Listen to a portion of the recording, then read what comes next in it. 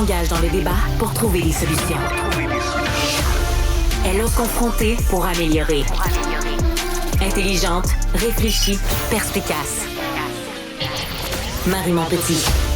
Qu'est-ce qui s'est passé entre la semaine dernière alors que le ministre des Finances du Québec, Éric Girard, nous disait lors de sa mise à jour économique que les prochains mois allaient être difficiles et qu'il allait être nécessaire de se serrer la ceinture et que la marge de manœuvre du gouvernement financièrement, il n'y en avait plus. Puis pour augmenter, entre autres, l'offre qui est faite au syndicat, il allait devoir emprunter avec les intérêts que ça demande.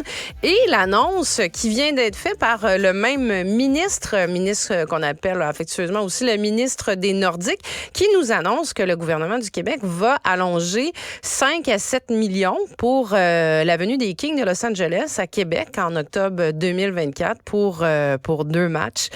C'est une annonce qui est sortie un peu du champ gauche, comme on dirait. Tout le monde est un peu, on se dit, OK, ça sort d'où? Annonce qui est très, très critiquée tant par les analystes sportifs que les oppositions, que globalement, en disant c'est 7 millions qu'on pourrait mettre ailleurs, qui auront probablement, est-ce qu'ils vont avoir des retombées économiques pour la région de Québec ou non? Ça, même le ministre n'était pas capable d'y répondre. Je ne sais pas s'il n'avait pas réfléchi ou il ne l'a pas évalué, mais ça donne un peu l'impression que les caquistes veulent, est-ce qu'ils veulent se faire excuser aux citoyens de Québec pour l'abandon du troisième lien, pour aussi la ressuscitation du même troisième lien ou pour la mise sous respirateur artificiel du tramway. Est-ce que ça va avoir vraiment un impact des effets sur les intentions de vote à Québec? Est-ce qu'ils vont vraiment aller chercher des votes avec ça? Il n'y a rien qui est moins certain, surtout que quand on regarde les résultats de la dernière élection partielle dans Jean Talon où justement la CAQ a perdu, ça aurait dû leur donner une bonne leçon, en ce sens que les électeurs, ils perdent confiance quand on est prêt à leur dire n'importe quoi pour leur plaire. Mais en tout cas, si on ne sait pas comment ça fera jouer les intentions de vote dans la région de Québec, c'est sûr que c'est une annonce qui vient aviver encore davantage les tensions avec les syndiqués. C'est très particulier d'aller mettre cet argent-là pour la venue d'une équipe de hockey pour le temps de 2 matchs, alors que le gouvernement est en pleine négociation avec le secteur public. Ça a d'ailleurs fait beaucoup réagir les syndicats.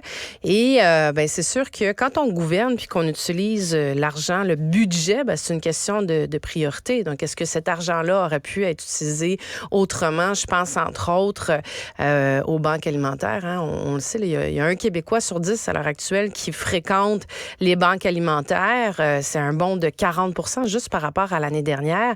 Monsieur Girard, le ministre des Finances, leur a réservé 10 millions additionnels dans sa dernière mise à jour économique, mais les banques alimentaires, elles ont besoin de 18 millions pour tenir le coup et répondre à la demande. Donc, c'est une question un peu de priorité, mais j'ai l'impression que c'est pas une annonce qui va passer comme une lettre à la poste.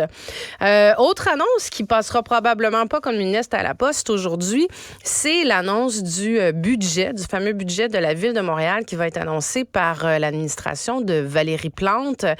On entend que ce serait des hausses résidentielles de 4,9% qui vont être annoncées dans le budget, un sommet depuis 2010. Puis je vous rappelle que l'année passée, c'était une augmentation déjà de 4,1%, qui était déjà un sommet historique depuis 2011. Donc, une augmentation de budget qui risque de faire très mal dans un contexte où il y a une augmentation du coût de la vie, de l'inflation, où tout coûte cher.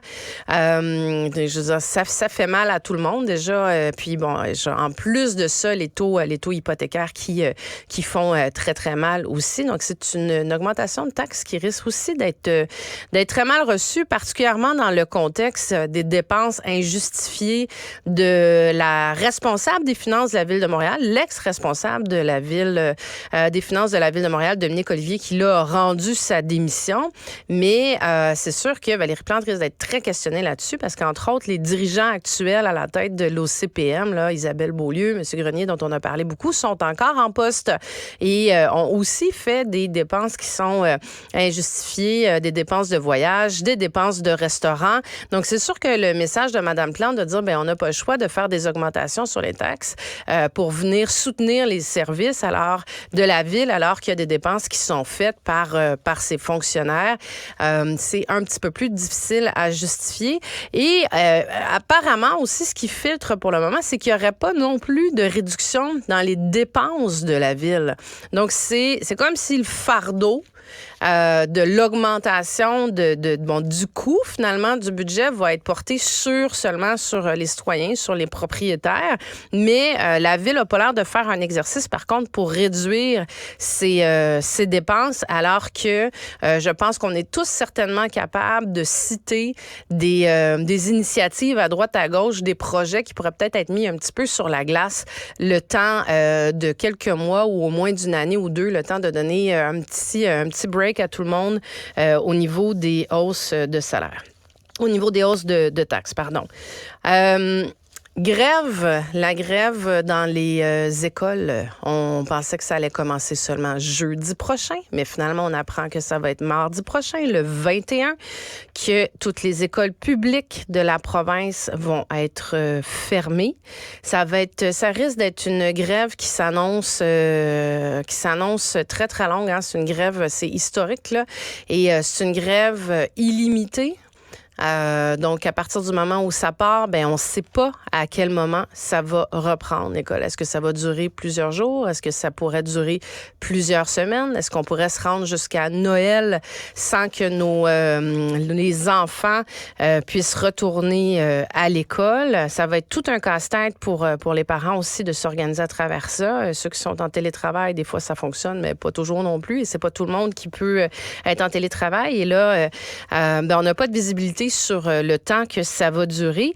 Et au niveau des tables de négociation, ce qu'on entend, c'est que ça n'avance pas parce que la dernière offre qui a été présentée par Québec, elle est encore très, très loin des demandes syndicales.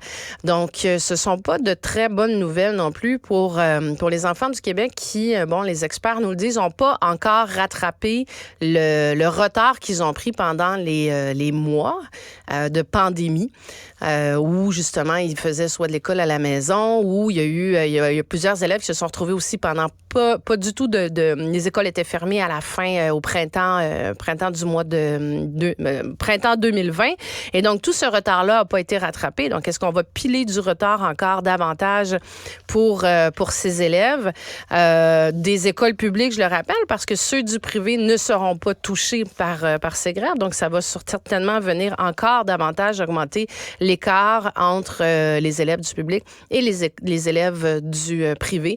Donc, souhaitons en tout cas que cette négociation-là se règle très rapidement parce que ça risque de donner des maux de tête à beaucoup, beaucoup de parents. Je vous dis bienvenue à Cube Radio et voici notre nouvel épisode.